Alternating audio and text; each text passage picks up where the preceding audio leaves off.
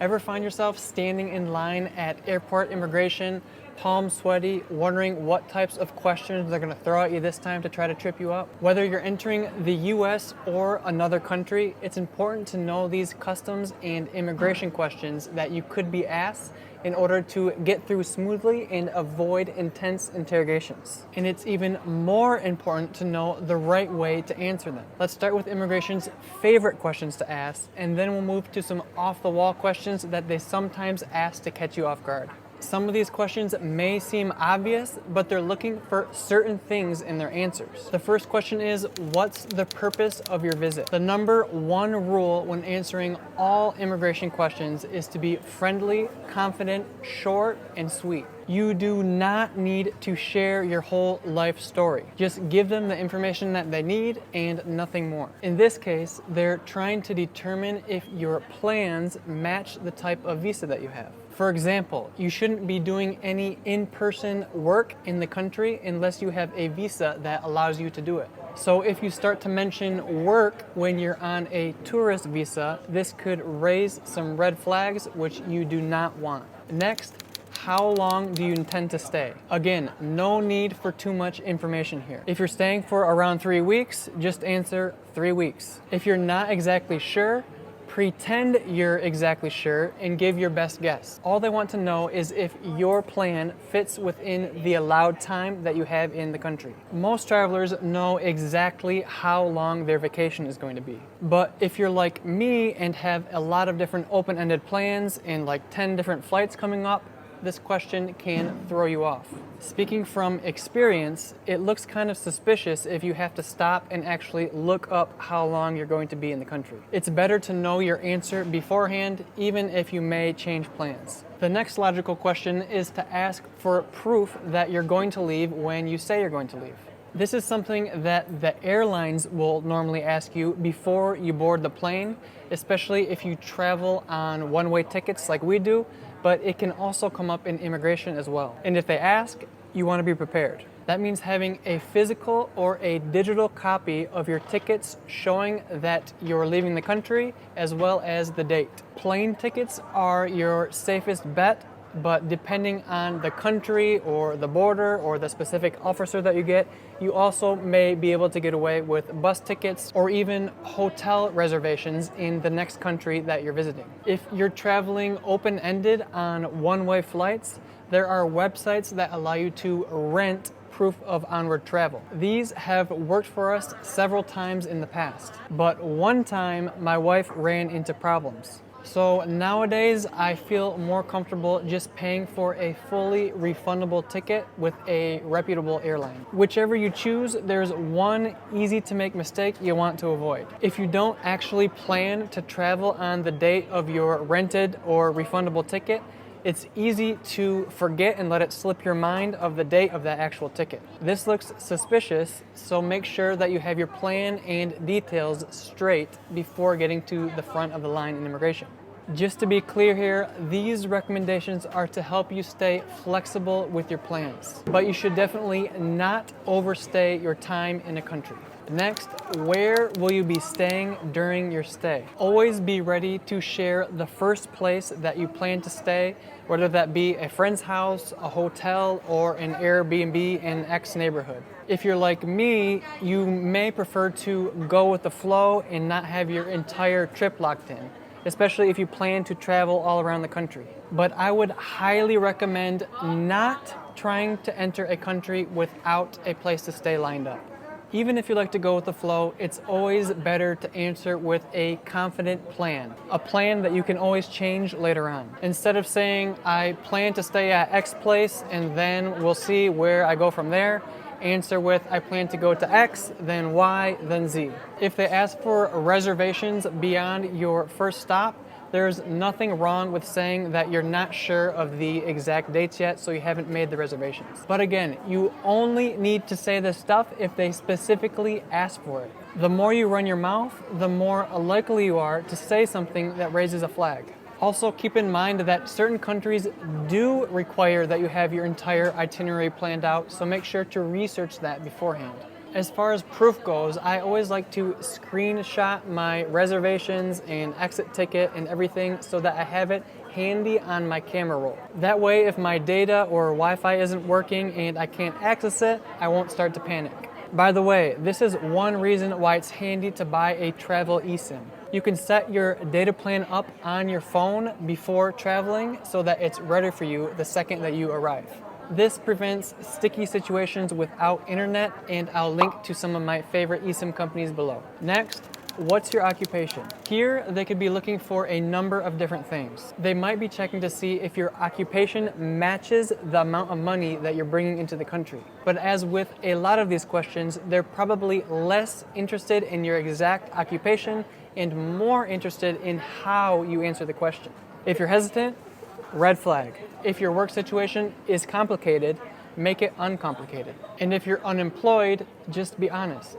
There's nothing wrong with traveling while being unemployed, unless maybe you're traveling while being unemployed while having $10,000 in cash hidden in your socks. Answering that you're unemployed may prompt follow-up questions, but that's perfectly okay because you have nothing to hide. Next, how much money do you have? Depending on how they ask this question, you may not know exactly what they're looking for. Do they want to know how much cash you have right now in your fanny pack? Or do they want to know how much you have in your bank accounts? This usually means how much cash you're carrying with you because countries have different limits with how much undeclared cash you can bring into the country. They also could be trying to determine if you have enough money to support yourself for the duration of your trip. Many countries have financial requirements to enter, and while a lot of times they don't ask for these, it's good to be prepared. My wife Diane learned this the hard way when she was flying into Spain alone. Apparently, their government website says that you need to be able to show $120 per day of your trip with a minimum of $1,100. Neither her or I have been asked to show a bunch of cash in immigration before, and we always just use credit cards and withdraw from the ATM after we arrive. Technically, she should have been able to pull up a credit card or bank statement on her phone to show the officer. Another reason to have an eSIM, by the way. But in this case, I think the officer just had what Colombians call garejo, which stands for ganas de joder, or they're just in the mood to frick with people. The officer told Diane that since she didn't have cash or printed statements to show, that she was lucky to be allowed in the country. Long story short, it's not a bad idea to Google financial requirements for whatever country you're traveling to before you travel there. Tap the like button if you're finding this video helpful so far. Next, did you pack your own bag? This is a question you're more likely to be asked by airline workers when you're checking a bag or before you board the plane.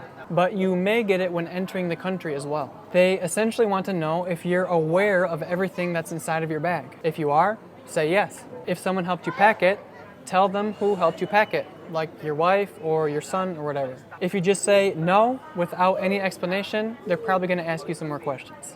Next, are you traveling alone? Just state the relationship of who you're traveling with, if any. Again, these aren't trick questions, but the officers are using every little piece of information you give to piece together your story to make sure it makes sense. When Diane used her U.S. tourist visa to enter the U.S. to come visit me and my family, I was always worried that the officers were going to give her problems if they thought that she wanted to stay illegally or something, even though we clearly have our lives set up outside of the U.S. Because of this, we didn't know if it'd be safer to say that we were traveling alone or together. The answer is to always be honest, and that goes for any of these questions. Do some people get denied entry unfairly? I'm sure they do, but inventing stories is not the answer. Immigration is good at sniffing out BS, and you do not want to get caught in a net of lies. Next.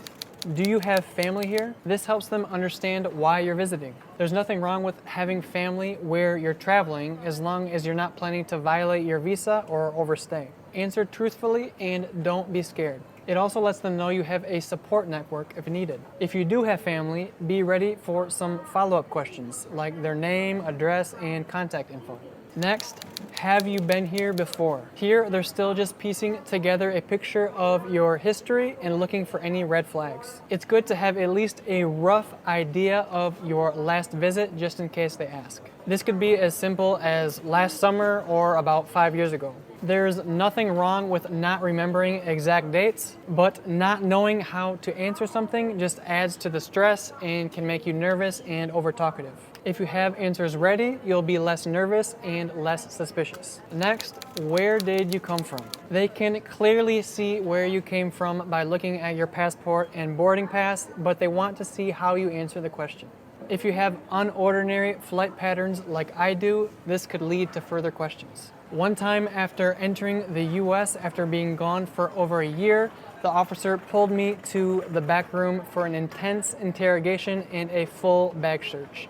He basically made me tell him my whole life story as he wrote everything down in the computer. This is unlikely to happen if you just are going on vacation for a month. But I had been flying all over the world on one-way tickets, including Egypt and Israel and Colombia, multiple times, so I guess I can't blame the guy. Do you have any items to declare? I recommend always checking what the country's rules are, because if you don't declare something that you should declare, it's illegal. If you travel with normal travel stuff, you shouldn't have anything to worry about. But after watching some of these airport TV shows where people think flying around the world with 50 pounds of rotten fish isn't at all out of the ordinary, I don't want to make any assumptions on what people think is normal. Before getting into some weirder questions, make sure to grab my free long flight survival cheat sheet down in the description. It includes a quick and easy list that you can follow to have a smooth and enjoyable flight. So depending on your gender and which countries you're traveling in,